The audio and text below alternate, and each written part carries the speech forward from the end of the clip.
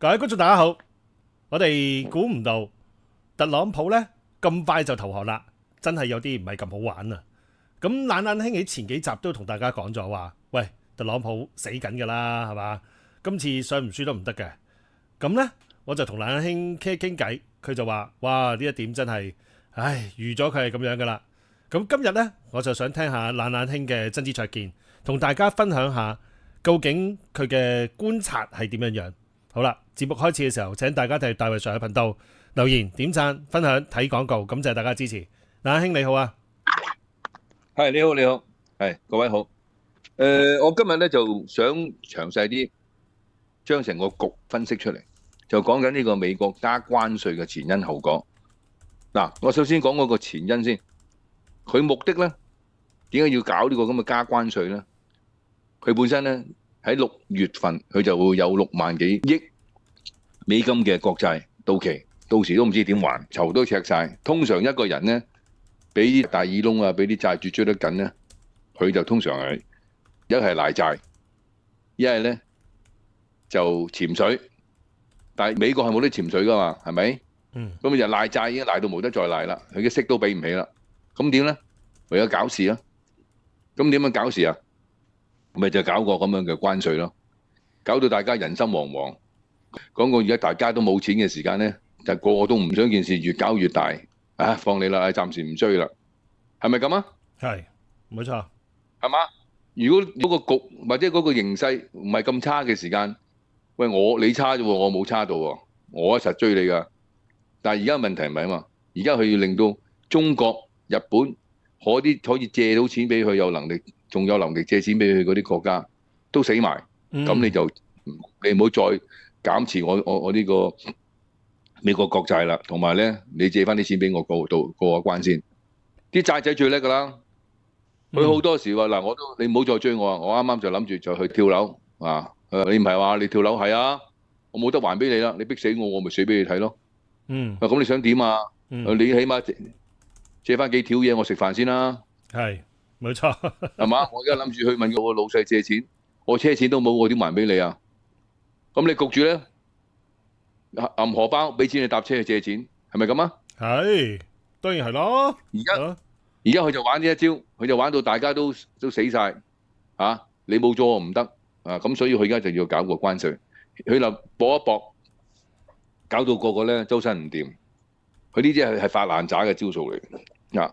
咁啊，當然佢除咗係減債呢個只係其中一個主要原因，仲有佢最主要原因咧就係佢係想轉移視線啊！咁啊，將佢而家喺國內佢好多壓力嘅，因為佢而家同呢個得罪咗呢個民主黨嚇，而家係講緊生死存亡，因為佢又要對付佢哋羅利島啊，又有抄到佢哋啲營私舞弊啊，佢哋係呢個公帑啊，呃咗唔知幾多萬億，咁所以而家佢要整治佢。咁但係問題咧就係佢好多嘢佢控制唔到啊，因為佢而家身邊嘅人係叻嘅人都冇，咁佢冇辦法，佢就唯有咧暫時都諗唔到咩方法，唯有咧就繼續運用一招啫。因為呢招都搞到大家都手忙腳亂，唔得閒去理咁多嘢，所以呢段時間冇晒影㗎。羅利島嗰啲又係稅務局嗰啲咁嘅問題啊，嗰啲國家福利啊，即係講緊馬斯克拆之前早個零月炒到出嚟嗰啲嘢，全部都冇晒下文。咁點解？因為大家都將個注意力擺晒喺而家呢一單嘢裏邊。佢就諗住搞住呢單嘢先啦，其他唔好講住啦。仲未諗到點樣去應付其他問題，就用呢一招。就攻佢嘅要害大家將個注意力擺晒喺嗰度先。咁啊，佢又諗住拖延拉布，就順便咧最主要嗰個作用喺邊度咧？就係骨水你個國家掂唔掂又好，咩都好，我都唔理得咁多，最緊要我有冇錢揾。而家國家到咁亂咧，到個股市又上又落咧，佢就一個上下其手，大穩特穩佢一世人有幾多個咁嘅機會？佢又同嗰個柴狗一樣講嗰句説話，佢人生有幾多個10年啦？冇錯。人生有幾多呢個總統任期啊？喂，佢諗佢發夢都笑醒啦，係嘛？你知唔知？呢度我加少少笑話俾你哋聽。你知唔知嗰個奧巴馬咧睇斯斯文文啊，律師嚟噶嘛，係咪？呢友講嘢相當之絕核嘅。佢話我如果呢有時光倒流咧，我真係希望能夠回到1943年。佢話我希望見到阿特朗普個老豆送一個避孕套俾佢，因為1943年咧係就係特朗普出世嗰年。嗯啊！你睇呢啲人咧，你都把口都衰到冇人有嘅，你係咪啊？咁啊，但係問題，佢而家呢個做法，佢係令到民主黨係移得佢快啲死嘅，係咪？咁啊，而家佢嗰個情形咧就係，佢唔理你咁多，我話知你點樣，佢都唔知自己做咗幾耐，有幾耐得幾耐都唔知，所以佢而家就要盡量搞亂啲，從中就渾水摸魚。就去賺好多呢個拋空賣空嘅錢嚇，咁啊佢亦都希望咧呢件事搞得夠咁上下亂咧，佢就可以第一佢如果成功，佢就增長到自己嘅聲勢啦。啊，話好嘢嗱，我搞到呢個中國啊投降，搞到所有人都聽晒我話啊，我中意去生又得，死又得，冇人夠膽壓我意。咁佢就從而咧令到佢國內嘅選票咧民望咧就大增啦。其實美國人係一個好自大，係一個完全係唔會講雙贏，淨係講一個贏，或者係我贏你又要輸嗰個嘅思維嘅。佢唔會理你係點樣贏，總之你贏我就當你英雄。咁所以佢而家呢個諗法就係去到呢一單嘢，令到成個世界聽翻呢個美國話，佢話 Make America Great Again 啊嘛。嗯嚇，其實佢呢個亦都某個有語病嘅，佢係令呢個美國再偉大起來啊嘛。其實一個問題，點解你要再偉大咧？即係你而家唔偉大咯，傻仔。冇錯。嗯係咪？嗯，即係首先你自認衰仔咗啦，冇錯。冇人話你衰仔，不過你自認衰仔先。一上任就話我要令到美國重新偉大，即係話你而家唔偉大啦，啱啱係嘛？係其實佢講呢啲嘢咧，其實代表佢冇腦嘅。佢呢個口號已經係有問題。我發覺好多啲從政嘅人咧係好垃圾嘅嚇。佢講一啲係冠冕堂皇嘅説話都唔識講嘅。你諗下嗰陣時嗰個曾蔭權，佢話我要做好呢份工啊嘛嚇，你當呢度一份工㗎咋？唔係使命嚟嘅咩？嗯但佢真係咁樣講。咁你結果你睇到呢個人係咩下場啊？嗯蠢人咪咁嘅下場咯，係咪？做埋啲傻嘢咁咪會咁咯。而家阿特朗普咪講埋啲傻嘢咯，佢話要令到美國重新偉大啊嘛。咁即係而家唔偉大咯，係咪？咁但係咧，我頭先講到佢話，如果佢呢單嘢令到嗰啲，當然佢唔會成功啦。但係佢諗住，如果成功當然好啦，令到佢喺個民望可以升到一個無限點啊！因為嗰班人諗下，喂，我哋美國都俾人恰得耐啦，嗰啲美國人啊，我哋喺以前大佬嚟噶嘛，而家啲有個反我水嚇，當我冇料到啊！呢個特朗普好嘢，我唔理你用咩方法，佢而家令到嗰班人跪喺我面前借錢俾我嚇，俾我繼續印銀紙嚇，仲有咧，我要加幾多關稅，佢都要加，只要我瓜佢，佢唔可以加我。我賣嘢俾佢咧，佢唔可以加我。佢賣嘢俾我，我就可以加佢。哇！呢個總統真係偉大啊，真係叻。佢係咁諗啊。嗯好啊，但係如果唔成功，搞到要打仗咧，啊，又係好事嚟啊？點解？因為我其實唔使再競選啦，我唔使再搞呢個連任嗰個嘅競選運動啊？點解？因為我係戰時總統啊，我自動喺呢個咧係連任啊，做住先。你知唔知喺美國歷史上唯有一個人係連任咗4屆，因為呢個人而改變咗個憲法嘅？嗰個就係羅斯福，佢係做咗4屆嘅。嗯，因為當時係打緊第2次世界大戰。喺呢個時候唔搞得咁多，你唔好搞啲咩競選啊呢個什麼，唔得閒搞咁多嘢。而家就你做住先最緊要搞掂咧係外亂先成個世界都打緊仗，你仲選咩總統啫？做住先啦，咁樣係咪？咁所以咧，佢嗰兩個可能性，一個就係搞掂呢個中國投降，呢個世界全所有人聽晒佢話，咁啊民望就升到一個點，咁啊佢要競選就或者啲人咧有自覺，你識做噶啦，啲人最叻就係要做大佬，佢就最叻就係推噶啦。你啲其中一個叫做劉備同埋宋江，劉備都冇咁傳神，宋江就真係傳神啦。佢點解做咗梁山泊嘅《水滸傳》嘅梁山泊做咗阿頭？佢一路都推㗎，我唔好話你唔好揾我做博主啊！我有咩資格啫？講。佢話啲咁就逼啲兄弟咧，啲兄弟就你唔做邊個做啊？你要做啦，三催四請佢先做，係咪咁啊？係而家阿特朗普都係想咁，如果搞到亂晒大龍咧，佢係戰時總統咧，佢本來佢嘅憲法佢係只可以做2屆，佢做咗1屆，而家呢個第2次啊嘛，佢冇第3屆嘅，但係佢已經放咗聲氣，佢話我都願意做第3屆，但係你冇理由無啦啦叫佢做噶嘛，出於咩出師無名啊嘛。但係如果搞到咧世界大戰嘅話咧，佢就唔同啦，啲人就佢做，喂，你唔好搞咁多啊，大佬，你走咗唔知點算，咁佢咪可以做第3屆咯。清楚？OK，好啦，咁而家佢點解會搞到呢個局面咁亂咧？我講個原因俾你聽，點解佢加關稅？但我唔理你用嘅方法係幾無賴嚇，你點樣係過分？但係如果你萬眾一心，後邊啲人咧掂嘅話咧，其實你係可以會贏嘅喎，會得嘅喎。點解咧？即係等於你去同人打交，你幾無賴啊，或者係點樣卑鄙，又放火又出刀啊，人哋即係用你口角啫，你出刀仔吉人啊，點樣呢啲其實係好唔啱嘅。但係你都會贏，因為點解？因為大家夠齊心啊嘛。啱㗎啦，使乜理佢啫？大佬，你話點做就點做啦，我睇你㗎，係咪？仲有個問題，你話要狼啲，佢就同你狼啲，因為點解齊心啊嘛。但係而家唔係，而家問題唔係咁樣，而家佢係最大嘅問題咧。佢而家係講緊係帶住一班豬一樣嘅隊友去對付一個神一樣嘅對手喎。冇錯，100%係。佢身邊嗰班咁嘅隊友全部擦鞋仔冇腦嘅。你睇下嗰個副總統嗰啲咁樣嘅國務卿國防部長，一概而論都係垃圾。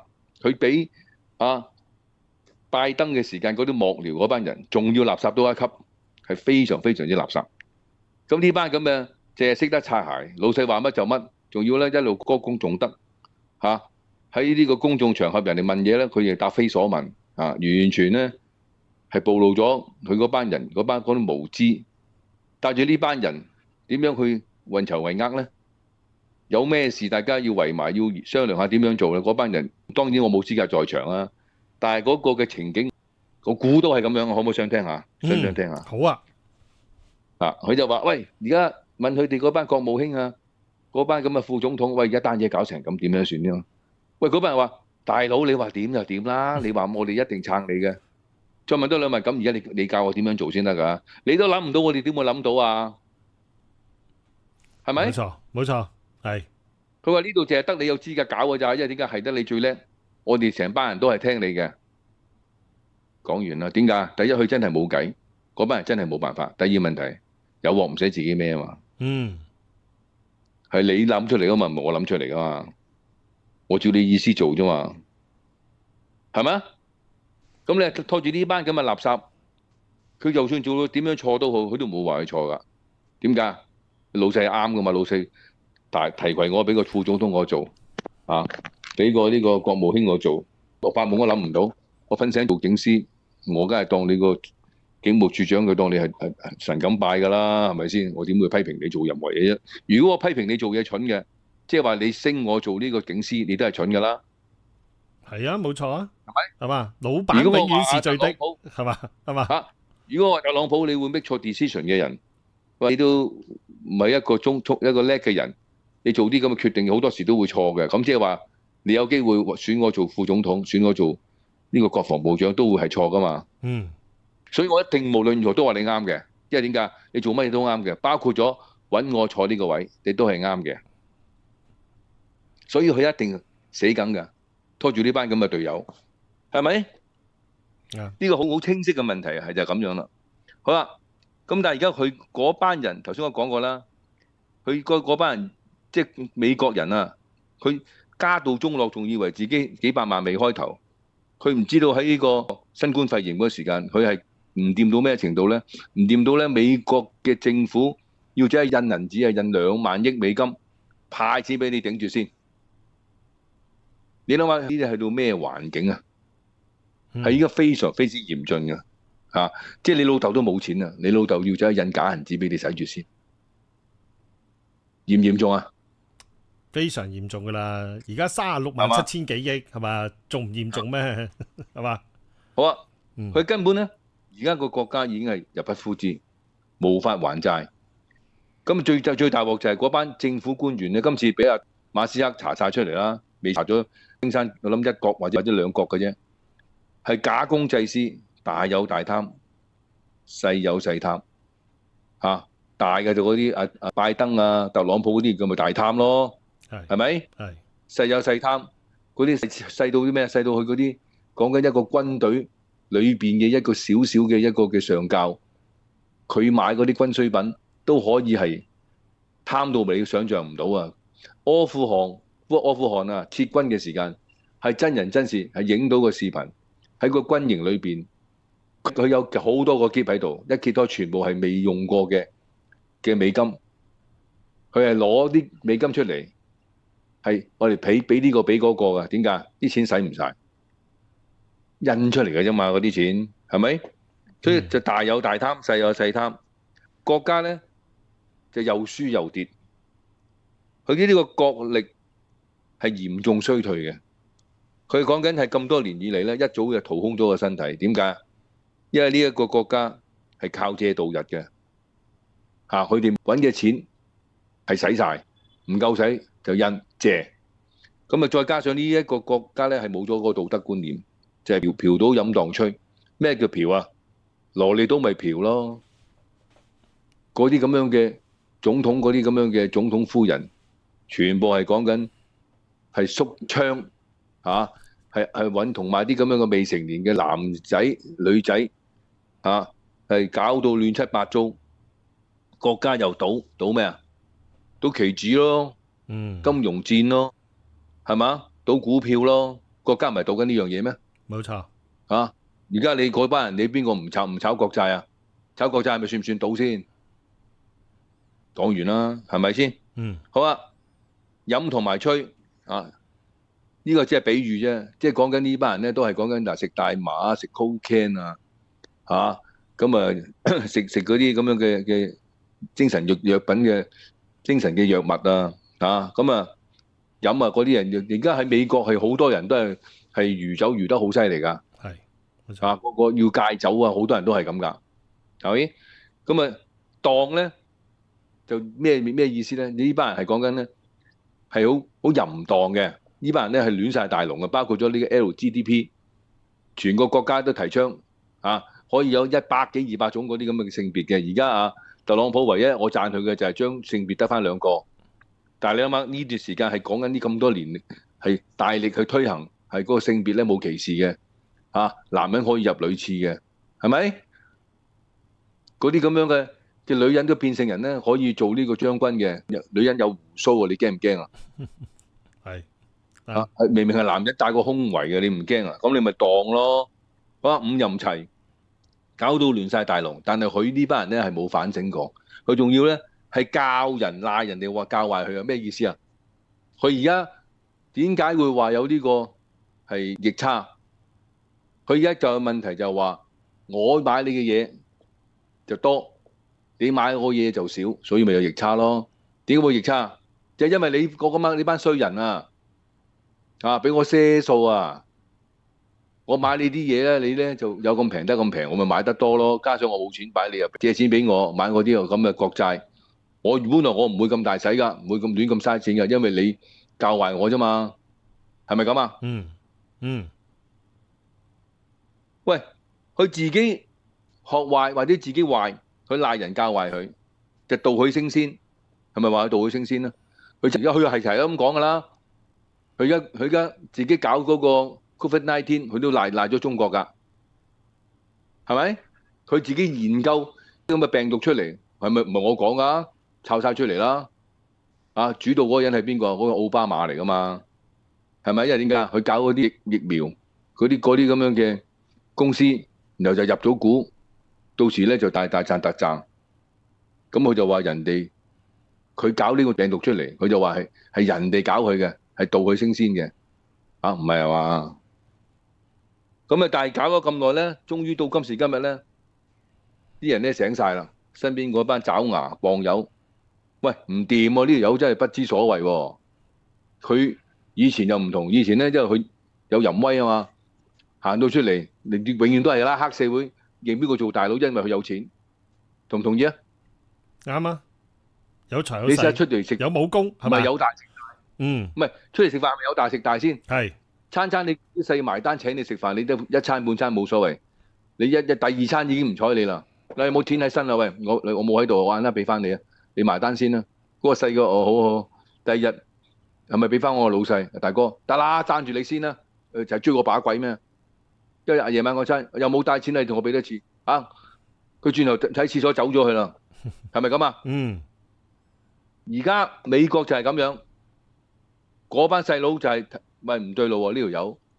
我買起啲外債冇問題啊，買起啲國債頂住先，幫下佢啱啱先？佢息都唔肯俾啊！而家日本咪就係俾佢拖咗啲咁嘅國債息唔肯俾咯。而家仲高喎，而家叫佢買啲100年嘅國債喎，係完全冇利息喎，100年都冇利息喎。仲有啊，如果你唔買啊，要罰錢喎。我仲唔走啊？啱啱先？我仲係認你自己有話，喂，你專搞自己人啊！我老大同你講喎，你冇乜拉楞啊，大佬。喂，當一個人佢成日喺去賭完錢之後，借咗大耳窿翻嚟，叫屋企人幫佢找數，個結果係點啊？結果咪就係登報紙話同佢脫離關係咯。嗰時張學友嗰個阿哥咪就俾張學友登報紙話同佢脫離關係咯。點解？佢唔係我屋企人嚟，你追我冇用啊！仲有話你唔好揾嚟揾，你冇同你一啲關係都冇，我唔會幫你噶，唔好同我借，係咪咁啊？嗯，有錯。而家嗰班人咪就係而家嗰班國家，加拿大啊、日本啊、英國嗰啲，哇！我已經慘啦，仲走去問我借，唔好講笑，大佬，你仲要搞埋我，我指意你幫我，指意你保護我，而家我保護你就差唔多，唔好搞啦，唉！以後大家兩面啦，當唔識好過啦。以後喺街度見到我，唔好當識我，大家唔好話認識，係咪咁啊？嗯，啊，而家直情就係咁樣，好啊！而家大家咧就覺得呢一個咁樣嘅美國咧，就一味靠老千，一味就老點啊！咁啊，而家集體就唔再睇佢台戲啦，眾叛親離，個個咧就虛與委蛇啊！係，你話點就點啦嚇！你講乜都啱噶啦，好，你揸主意啦嚇！你揸主意唔係代表我同意喎，係咪？冇錯。有錢俾我，你俾我啦嚇！如果你要我俾錢我冇應承過你喎，係咪咁啊？嗯，咁而家美國咧只唔喐啲人。有好多嘢想做，又做唔到，咁點咧？咪一路咪就靠客咯，拋浪頭咯，而家連身邊啲人佢都加埋關稅，一加就係加緊就300-400，而家居然加咗一個3000幾添啊！有一單嘢俾佢加3-4千，點解？咪嚇你咯！你唔聽我知點啊？我搞到你冇飯都冇得開，係咪咁啊？係咪靠客咯。佢而家用呢個方法加到咁癲咧，佢就搏對方自願投降，輸一半。投降咪輸一半咯，咁我講大啲，輸一半都好啊，係嘛？我加你150，係嘛？或者120幾，投降都有60幾啊，係咪咁啊？諗多咗啦，我哋點會同佢講啊？我外交部話佢係你要打，咁諗啊嘛，係啊，佢係咁諗啊，呢個咪傻咯，係嘛？係嘛？他傻由他傻，我上一集講咗啦，係咪先？冇錯，好啊，冇錯。佢就諗住咧就係蝦啲細嘅，等嗰啲細嘅主動投降。佢而家唔好講緊大與細，講緊個數目。如果我同時間嚇100個人，裏邊咧有70幾個細嘅咧，我唔夠你玩啊！你話點啊點啊，大佬我投降。嗯，咁啊變咗人哋哇！而家嗱有成大半人都投降，你仲唔死？嗯，係咪咁啊？嗯，佢就做咗呢個咁樣嘅效應。你仲喺度死撐，而家但係佢叫嗰啲咧，全部都啲唔入流啊，柬埔寨越南嗰啲，唔係話撩牙都未夠啊！你同我講呢啲啱啱數先？嗰啲有實力嗰啲都睬你都傻啦，係嘛？好啊，咁但係問題佢係咁諗啊嘛。好啊，咁咧佢覺得咁樣做咧就會令到呢個中國焗住跪低，但係佢有一個問題出現就係，佢完全冇諗過中國已經唔係以前嘅中國。佢咧做呢一件事，佢由頭到尾冇一個 B 計劃，佢冇諗過如果中國唔就範咁點咧？喂，你唔可以去釣魚，釣唔到你就會做咩方法咧？你個方法就係講緊，喂，咁唔緊要啊，釣唔到魚，我咪揾渡嗰啲魚咯，用魚藤嚟渡佢咯，又渡唔到，喂，我魚泡啦啩，有魚啦啩。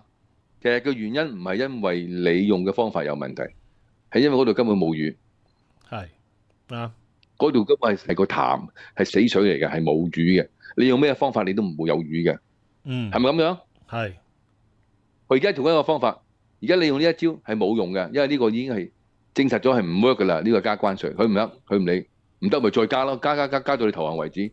我根本唔痛，根本你吉嗰個位我唔痛，根本嗰度根本就唔係完全唔係要害，同埋嗰隻假腳嚟嘅呢啲嘢，你吉到個真腳其實係假腳，好有道理，好啱啊，係嘛？好啱，你就好高興啊！我唔吉死你啊！呢下唔得個兩下添，更追深啲，你咪追到夠咯。你根本就唔係追到我要害，係咪啊？啊，仲有一個問題，因為佢就冇 B 計劃，但係中國有 B 計劃，有 C 計劃，嗯，有 D 計劃。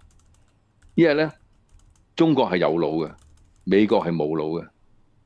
點解你會咁講啊？你話冇腦，有腦啊就唔會講緊到請我咁啊，會選過呢兩個總統出嚟啦，係嘛？嗯， 10年啦，10幾年啦，冇換過人啊，唔係拜登就係特朗普啊，即係再唔係就係講緊奧巴馬，全部垃圾。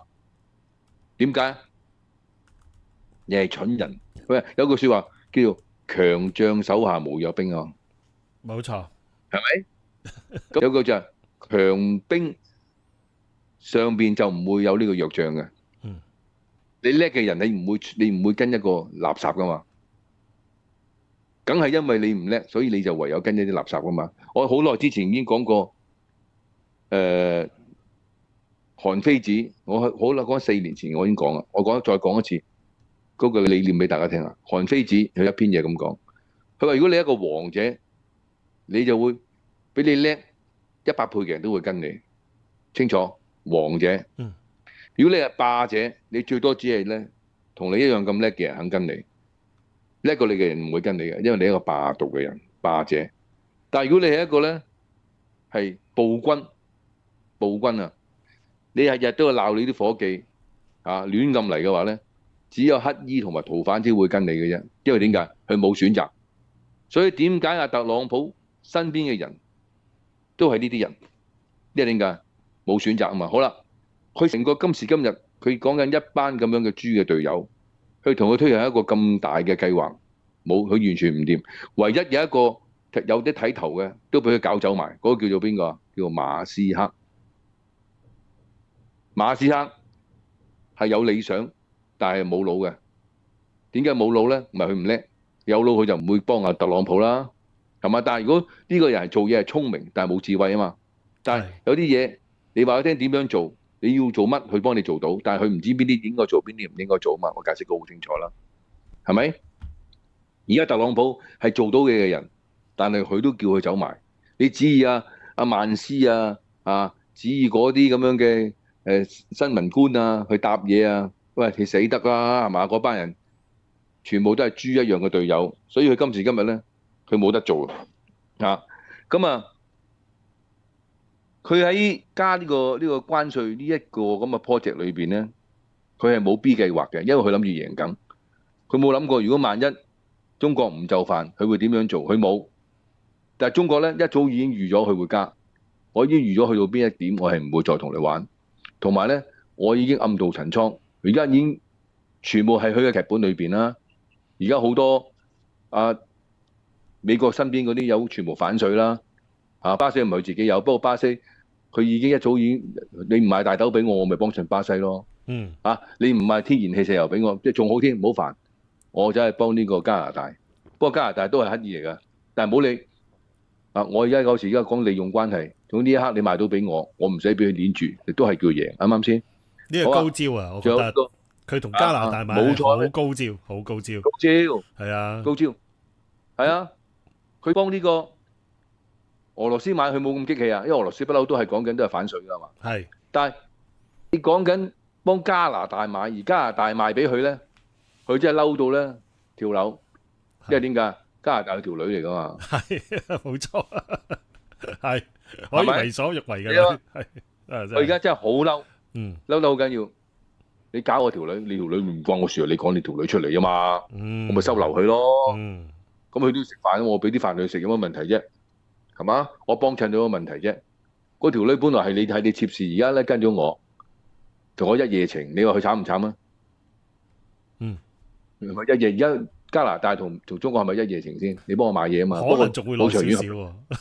可能得，總之冇理。係嘛？而家我有錢俾佢，係佢咧冇錯就跟咗我。你話幾話？你話幾傷心啦？呢個美國係嘛？呢啲咪高咯，係係嘛？係呢啲要激死佢啊嘛。嗯好啦，咁但係特朗普咧，佢冇 B 計劃嘅原因，因為佢嚴重低估咗中國。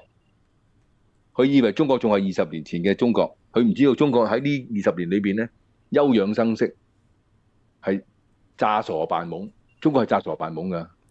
同意啊。點解？如果你唔係詐傻扮懵，同意點會突然之間係會出到呢個第6代戰機啊？啱，冇錯。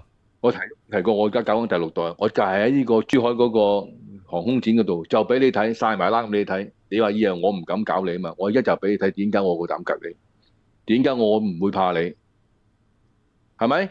冇錯。喂，你知唔知武力呢個武字係點解啊？武功個武啊，嗯個武字拆出嚟就係指歌。冇錯。佢話你要武力先至指到歌㗎。如果你自己都唔夠強大，你冇辦法令到啲人唔夠膽打你嘅。唯一嘅可能性就係因為你嘅能力夠強，你嘅武力夠強，你先能夠指到對方對你嘅侮辱同埋侵略。係。所以武嘅意思，武咧，人哋學武練武就係用嚟保護自己嘅，唔係用嚟打人嘅。所以你嗰啲咁嘅，佢睇嗰啲我以前嗰啲武打戲啊嗰樣嘢，個師傅梗係同佢個徒弟講：你記得啊，練功夫係呢個咩啊？練武強身啊！啊，唔好出去咧撩事鬥非啊！啊，你可以鋤強扶弱，但係絕對唔好用武功咧係謀取私利㗎。啊，如果俾我知道咧，我腳都拗跛你，要逐你出師門，係咪咁講啊？係啊，咪就係咁咯。而家我哋中國有足夠嘅武力去止戈啦。如果我哋今時今日冇咁樣嘅軍力，一早俾人嚼咗啦。就因為有咁樣嘅軍力，先至冇第3次世界大戰。點解呢個伊拉克佢亡國咁滯？亡咗國啦，基本而家假㗎。點解？因為佢冇呢個反抗能力。佢係揸住呢個斗槍，好叻嘅斗槍去對付人哋嘅 AK-47。當時佢都好多，佢喺全個中東係排第5㗎。佢個武力啊，唔係全世界排第5啊。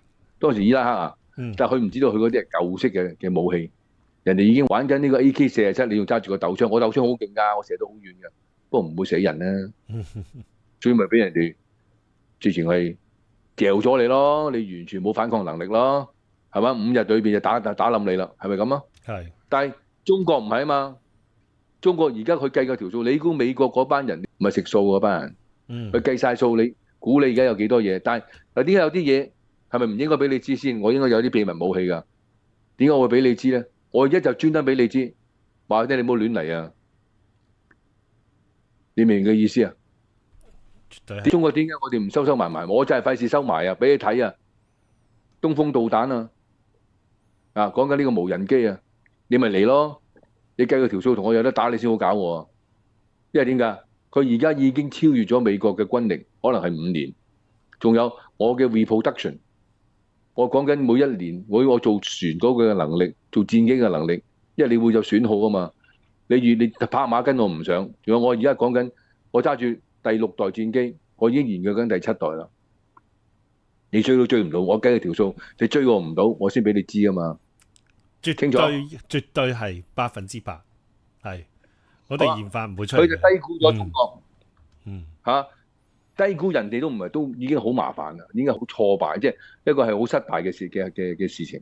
但係佢唔單止係咁，佢仲高估咗自己喎。佢高估自己嘅能力，高估咗自己喺呢個世界嘅地位，佢高估咗咧，佢喺佢嗰班盟友心目中嘅地位，佢唔知道而家佢已經變成一個神憎鬼厭，佢已經係龍屁龍出屎，佢唔知道喺人心目中咧，呢班你我係窮鬼，我係債仔，我爭人錢冇得還，仲要講緊咧係使同緊呢個夾大聲，佢唔知，仲要出嚟咧指手畫腳，仲要話加你個頭咩傻咁，你都係嘛？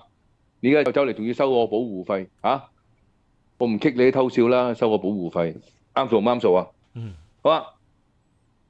咁但係佢而家咧就以為咧就唯佢獨尊，完全冇 teamwork 嘅。以前點解美國咁猛咧？因為佢身邊啲人咧係撐佢啊嘛。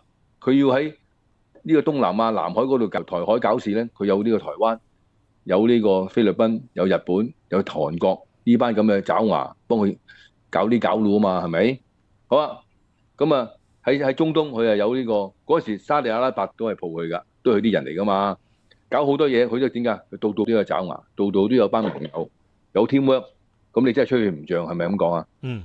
但係佢咧，今次咧，佢大鑊啦，佢完全冇 teamwork，冇諗過嗰班盟友嘅利益。佢加呢個關稅就加埋呢班盟友，仲會加到咧一視同仁。喂，你加唔緊要，你收我少啲啊？係咪條氣都順啲先？啱，冇錯。喂嗱，我加中國咧就咁多，嗱我加啲少少啊，意思嚇，等我好做啲啊，費事啲人話我針對佢啊嘛，係唔好揸型係嘛？佢唔係，咪中國咁多，你又咁多，一視同仁，咪癲咯呢條友，啱啱數先？啱數。好啊，咁啊沙塵滾滾就殺錯良民啊！喂大佬，你唔係搞我係嘛？我同你咁 friend，仲有咁多年以嚟，我對你點樣你唔係唔知係嘛？喺加拿大咪興到興個辣雞咯係嘛？嗯。點解？你根本就完全都冇道義，我仲認你做大佬。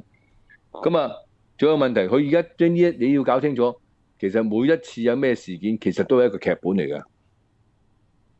任何嘢都要有個劇本，幾時出邊個出場，邊個唔出場，幾時出咩武器，幾時講咩説話，幾時用咩嘅策略、咩政策，都有個劇本嘅。你同唔同意先？同意，絕對同意啊！但係一個人做一件事，做一個 project 係冇劇本嘅，冇藍本嘅，肯定亂晒大龍啊，係咪咁先？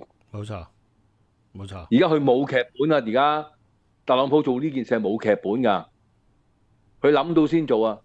閉咗你，唔係一個個人表演，你做乜都冇所謂。而家你咪講緊呢個東北二人轉啊，得你兩條友做啊！而家唔係啊，係係。而家你係要嗰班睇熱鬧，嗰班一齊做啊！你要話俾我聽，你要我邊個時間，你要有個咩時間我要拍掌，咩時間我要靴，你要俾我知道啊嘛，係咪先？佢冇啊！我睇睇戲，瞓下覺，你又掟個水包過嚟嘈，要掟醒我。喂，睇下戲啊，就掛住瞓覺。喂，大佬啊，我唔知我要做反應噶嘛，係咪咁先？係。而家佢嗰班盟友咪就係咁啊！頂你個肺唔係咁樣係嘛？你搞到我周身蟻。我諗住幫你手，唔出聲已經贏晒啦，係嘛？點知你唔係，又要我扮驚，又要我炸嬲，我都唔知幾時要做乜噶嘛？啱唔啱啊？係。佢要真仲有，你叫我嚟幫手做觀眾，即係你而家你開個演唱會，你驚住冇人嚟，你叫我嚟聽撐場，係咪咁啊？你要我買飛入場啊？係，要我自己俾埋錢俾你，到埋嘅時候又收鬼死咁貴喎嘛？係。仲要我唔係啊！我同你嗰啲黃牛黨嗰度買飛啊，買炒飛啊，入嚟睇你發咗瘋啊！做嗰個黃牛黨原來係佢個舅仔嚟㗎，好貼切，好貼切，明唔明先？好貼切，係明唔明先？明。哇喂！我唔嬲到啊，唔嬲到發瘟啊！哇大佬你真係黐線㗎，你係咪先？好啊！於是咧，因為冇劇本啊嘛，係嘛？同埋嗰個導演同埋嗰個主角咧，就啲。做戲啲戲又差，啲氣氛又差，個劇本又唔吸引，同埋亂晒大龍啊，不合乎情理啊！你明唔明啊？點解有啲戲點解會咁爛咧？因為佢個劇本係不合乎情理，唔吸引。點解而家有啲戲係完全唔需要咩大卡士，完全唔需要咩嘅製作費？好似呢個破地獄啊，嗰個叫做毒舌大狀，點解咁收得？個劇本得啊嘛。冇錯啊。而家問題係佢嘅劇本爛啊嘛，冇劇本我點知你做乜？而家你話時話講緊加呢個關稅，你知唔知為咩做咩啊？唔知，唔知。係我今日咁得閒，我真係拆佢個局，我先拆得大家清清楚楚啫。啱數唔啱數？啱數。但係而家問題唔係阿特朗普嚟解釋佢呢個局喎，係佢自己都唔知做緊乜嘢。我而家話俾佢聽，其實佢做緊乜嘢？佢應該聽我冷眼。我話俾你衰乜嘢？點解你會搞成咁？係咪好清楚？我寫呢段嘢嘅時間咧，都仲未出到今日啱啱個新聞，個新聞就係特朗普正式投降啦。係咪？係正式投降。跪低啦，跪低啦。正式投降啦。好啦，我估啲嘢都幾準嘅。OK，好啦，而家失敗原因，我講下呢件事嘅失敗原因，絕對唔係馬後炮啦，係咪？好啦，佢話一個原因就係佢一路搞緊好多嘢出嚟。自從佢呢個參政之後，佢一路製造好多問題，好多問題，內外都好多問題。已經喺佢未上任之前，嗰啲蘇州市包括咗呢個最嚴重嘅就係呢個俄烏戰爭，同埋呢個係以色列同埋呢個以巴嗰個戰爭，呢個係好嚴重嘅問題嚟嘅，未搞掂。同埋咧開錯空頭支票，佢話實得，咁呢個好大問題就係你上馬失色。如果你一上任講話你一定會搞掂嘅嘢，而你有一鑊已經搞唔掂，仲有冇人信你啊？係冇錯，你一定要攞個頭威，我講個嘢我一定中，我即時中到，即時搞掂，你咪立到威咯，得啦。你話點就點啊，大佬你真係好嘢啊！你真係24小時之內搞掂咗呢個俄烏衝突，好嘢，兩邊都大家咧握手言和啊，所有嗰啲持份者個個都滿意離場，叻唔叻先？你做唔到啊！你仲要搞到同你呢個澤連澤連斯基當衝突，冇錯。你話你係咪上馬失色啊？冇料扮4條啊嘛，係嘛？而家係嘛？你唔得，你唔好亂咁噏。所以一個人咧，唔好講過頭説話。所以我哋有陣時成日都講，而家我年紀大咗啦，我做任何嘢，啲人問我：喂，阿冷眼，你呢一單你掂㗎啦，你千祈唔好咁講。我都冇乜信心。我就試下做。我只係應承你，我試下做，不過我唔能夠保證成功。係咪咁講？又或者有啲嘢人哋話：喂，呢單嘢你唔做，冇人識做啊，咁不如唔好做啦。因為我都覺得都好難做。永遠啲人哋你做嗱，我就試下做咋，你唔好預一定得啊！你唔得你唔好怪我啊。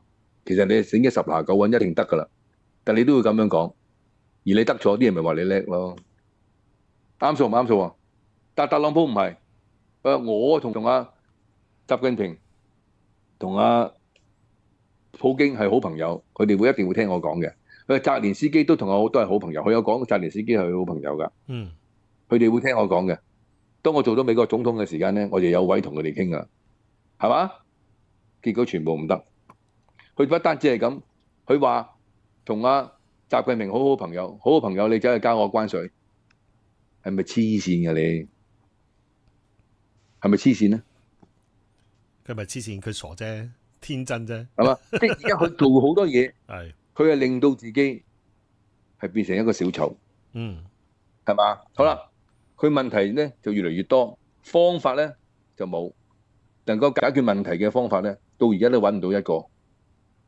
好啦，咁啊，而家仲有樣嘢仲嚴重咧，就係因為佢得罪咗民主黨。佢唔係得罪嘅，講真，佢都預咗大家都係水火不容噶啦嚇，唔係你死就我亡噶啦。但係問題佢太快去對付民，因為自己佢以為佢攞咗呢個參眾兩院嘅絕對控制權，佢就做乜都得。但係佢唔知道中國有一句説話叫做得民心得天下，搞呢個咁樣嘅加關稅，佢係失咗民心，佢令到全個美國由上至下。包括嗰啲超級大佬，同埋嗰啲朝頭早買飯煮隻雞蛋嗰啲人都冇雞蛋食。我點會仲會捧你啫？係嘛？以前你講緊做一個總統，你起碼都要有一群唔同嘅人種、唔同嘅階級、唔同嘅一啲嘅團體去撐你啊嘛。佢而家全部得罪晒，剩翻嘅就係佢而家身邊嗰扎。食緊佢俸祿嗰班咁樣嘅垃圾，嗰班人可以控制到全美國嘅言論同埋所有嘅選票咩？唔得啊嘛！嗰班人唔係做得嘢嘅人嚟噶嘛，所以佢呢個失敗係鐵定噶啦。但係至於問題就係捱到幾耐？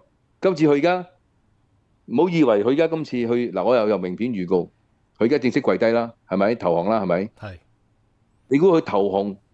死得慘啊，定唔投降死得慘？兩樣都咁慘，我覺得投降都冇用啊！而家嗱，我話敗局已定。正常嚟講，佢投降係應該死得慘過唔投降嘅。點解？佢繼續撐落去嘅話咧，佢都仲有得解釋。佢話我都未搞掂到尾，你點知個結果係點啫？而家講係言之尚早，佢成日都講噶啦。你言之尚早。我好有信心啲嘢唔係咁樣嘅，我已經睇到係咁，係咪咁樣講啊？好啊，你跪低咗咧，就似邊個你知唔知啊？就似阿萬梓良喺旺角卡門，就俾阿張學友揸住支槍懟佢，佢本來好威噶嘛，肥我啊，覺得咪肥我啊，記唔記得啊？咁但係結果咧，張學友掹雞對住個頭嘅時間咧，佢就即刻跪低啦。哎呀冇啊冇啊，你冇啊張啊，啊咁，冇衰仔先。跟住張學友就因為佢判死無大害啊嘛，佢成日恰佢噶嘛，佢抽咗呢個生死籌出去做低一個第二個幫派嘅人啊嘛，佢已經係講緊攞咗嗰啲錢係安家費嚟噶嘛，去嗰度同佢打麻雀啊嘛。烏蠅冇錯，烏蠅你打我啊？係冇錯，你打我啊？你打我冇人會對付嗰個人啊！你同阿公交代啊！咁咪吹佢唔漲咯，係咪？佢判死無大害。咁結果點咧？結果張學友話：大佬喎，係咪好侮辱啊？但係結果記得嗰個劇情係啲細佬咧攞部電話唔跟你做大佬，跟住留低電話俾佢，係啊，跟住話係挑啊，咪走咯。喂，結果阿萬梓良即時係冇大佬做咁滯。點解？嗰班大佬嗰班兄弟睇佢唔起嘛。佢撐落去嘅話，佢可能都係會輸，但係輸到極咧，佢都仲叫做咩啊？啲叫英雄蓋世。你明唔明啊？梟雄啫。但係佢而家咧，而家佢變咗烏龜。佢變咗烏龜啊！係啱。而家佢身邊所有人都當佢烏龜，包括佢嘅黨羽。你諗下，阿萬斯，佢講緊而家佢嗰啲新聞官，講緊佢嗰啲國務卿嘅嗰啲咁樣嘅國防部長，呢一班咁嘅垃圾，佢以後點出去見人啊？情何以堪啊！啊！你跟過咁嘅大佬，你係咩人？你諗下係咪？佢而家呢一單嘢，佢會眾叛親離嘅。特朗普啊，將會淪為喺美國史上最好笑、最搞笑嘅一個嘅總統。但係呢一單嘢對美國係好嘅，佢會令到成個美國痛定思痛，佢知道唔可以再咁樣立亂選一個人出嚟。亦都呢件事亦都證明咗，原來咧一人一票咧係害死呢個國家嘅，亦都係充分證明咗一人一票喺呢個世界，喺呢個講緊個個都為自己利益嘅人係可以買到選票嘅呢個咁嘅世界係唔 work 嘅。同意。任何嘢咧都會有，即係呢個機會係藏於呢個危機裏邊嘅。呢一單嘢係一個危機，係令到呢個美國係講緊係好慘，但係佢好慘而能夠俾點醒咗全世界所有嗰啲仲相信呢個資本主義嘅人係一個警醒。原來最靠得住嘅咧都係講緊係有中國特色嘅社會主義，原來係最好嘅。暫時我揾唔到有一個嘅方式去管治一個國家好得過共產黨，我話嘅。冇錯。即係我講緊改良咗個共產黨啦，當然係咪？係。感謝晒冷兄嘅分享。老實講，我到今時今日我都係覺得我哋中國共產黨真係做得好好嘅，因為我哋講真啦係一個選拔嘅制度。咁呢個制度呢，就可以保障人民嘅生活安定，同埋呢，我哋見到中國共產黨不斷喺度改革，的確比西方嗰啲所謂嘅政黨呢嚟得好過10000倍，起碼唔會有兩個黨互相鬥嚟鬥去啦，係嘛？大家專心一致咁樣發展自己嘅國家，所以各方各面呢，我哋都係處於一個強勢嘅。特朗普嘅投降其實會唔會口惠而實不至呢？我哋都係需要觀察下。不過無論點樣都好，佢應該都係玩完噶啦。因為不得不低頭啊！在人屋檐過係嘛？咁點算呢？佢下一步會做啲咩呢？我諗呢就轉戰其他領域啦。咁啊，繼續呃你老味嘅人民嚇，呃晒全世界。但係想做大佬啊，算罷啦，你已經真正玩完㗎啦。好啦，今日節目時間就到此為止。請大家訂閱大衛上嘅頻道，多謝大家對大衛上嘅道理。拜拜咁多位。